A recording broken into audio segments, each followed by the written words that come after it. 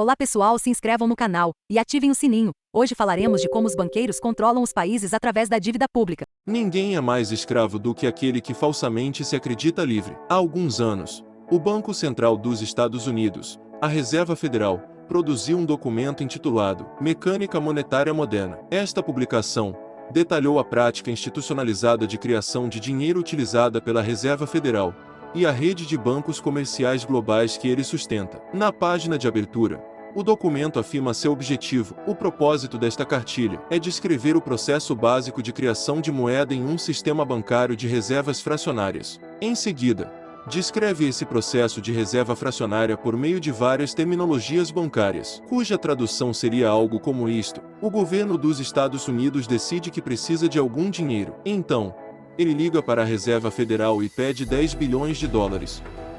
A Reserva Federal responde: claro, compraremos 10 bilhões em títulos públicos de vocês. Coloca alguns símbolos de aparência oficial sobre eles e os chama de títulos do Tesouro. Então atribuem a esses títulos o valor de 10 bilhões de dólares e os envia para a Reserva Federal. A Reserva Federal, por sua vez, imprime uma determinada quantidade de pedaços de papel deles próprios, só que desta vez, chamando-os de notas da Reserva Federal, também atribuindo o valor de 10 bilhões de dólares a esses papéis. A Reserva Federal pega essas notas e as troca pelos títulos. Uma vez que esta troca estiver concluída, o governo então pega os 10 bilhões em notas da Reserva Federal e as deposita em uma conta bancária. E, com isso, as notas em papel se tornam oficialmente dinheiro com um curso legal. 10 bilhões a oferta monetária dos Estados Unidos. E aí estão. 10 bilhões em dinheiro novo foi criado. Claro que este exemplo é uma generalização, pois na realidade esta transação ocorreria eletronicamente, sem nenhum uso de papel. De fato, apenas 3% da oferta monetária dos Estados Unidos existe em moeda física. Os outros 97% existem somente nos computadores. Agora, os títulos do governo são, por definição, instrumentos de dívida. E quando a Reserva Federal compra esses títulos com dinheiro que essencialmente criou do nada, o governo está realmente prometendo devolver esse dinheiro à Reserva Federal. Em outras palavras, o dinheiro foi criado a partir da dívida. Esse paradoxo estarrecedor, de como dinheiro ou valor podem ser criados a partir de dívidas ou passivos, se tornará mais claro à medida que avançarmos neste exercício. Então, a troca foi realizada e agora 10 bilhões de dólares estão em uma conta bancária comercial. Aqui é onde fica realmente interessante, pois, com base na prática de reservas fracionárias, aquele depósito de 10 bilhões de dólares instantaneamente passa a fazer parte das reservas do banco, assim como todos os depósitos. E em relação aos requisitos de reserva conforme declarado em Mecânica Monetária Moderna, um banco deve manter reservas legalmente exigidas iguais a uma porcentagem prescrita de seus depósitos. Isto é quantificado quando se afirma que, pelas normas vigentes, a reserva exigida para a maioria das contas correntes é de 10%.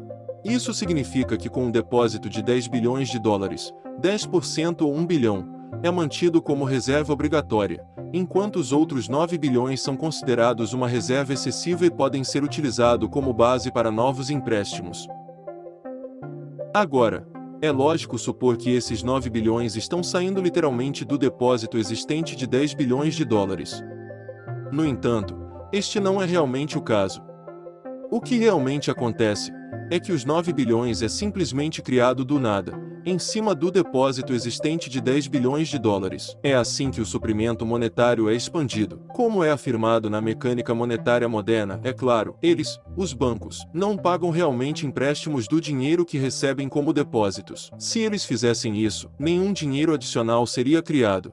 Contratos de empréstimo de notas promissórias em troca de créditos em dinheiro para as contas correntes de quem toma o empréstimo. Em outras palavras, os 9 bilhões podem ser criados do nada, simplesmente porque há uma demanda por tal empréstimo e que há um depósito de 10 bilhões de dólares que atende às exigências de reserva. Agora vamos supor que alguém entre neste banco e toma emprestados 9 bilhões de dólares recém-disponíveis. Eles provavelmente depositarão dinheiro em sua própria conta bancária.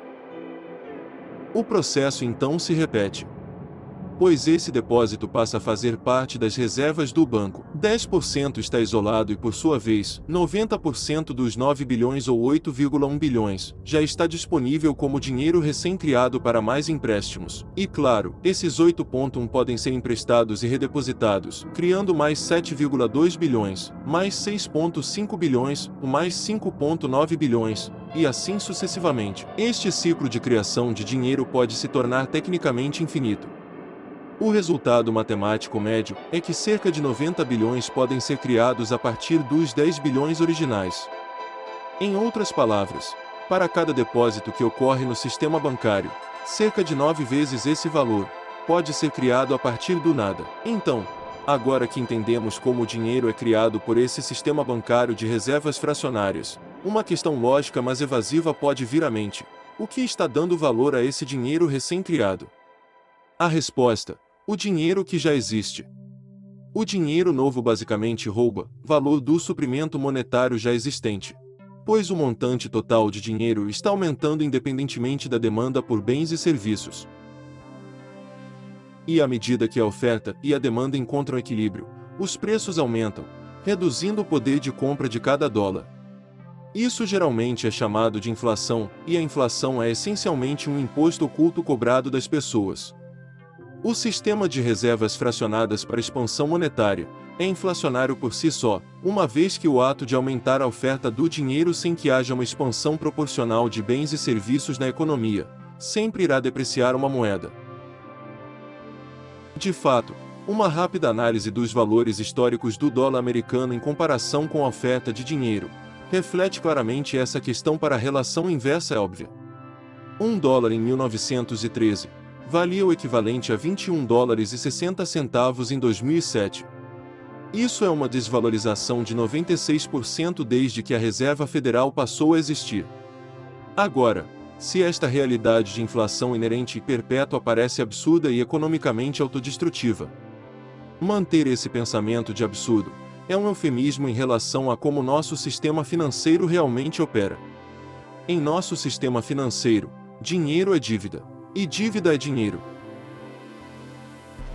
Este é um gráfico do suprimento monetário nos Estados Unidos de 1950 a 2006.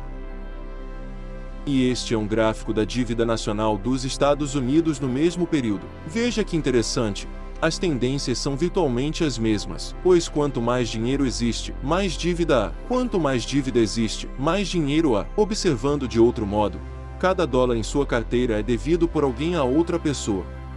Lembre-se, o único modo de o dinheiro passar a existir é através de empréstimos. Logo, se todos no país pudessem pagar todas as suas dívidas, incluindo o governo, não haveria um único dólar em circulação. Se não houvesse dívidas em nosso sistema financeiro, não haveria dinheiro. Mariner Eccles, governador da Reserva Federal em 1941. Existe uma questão central.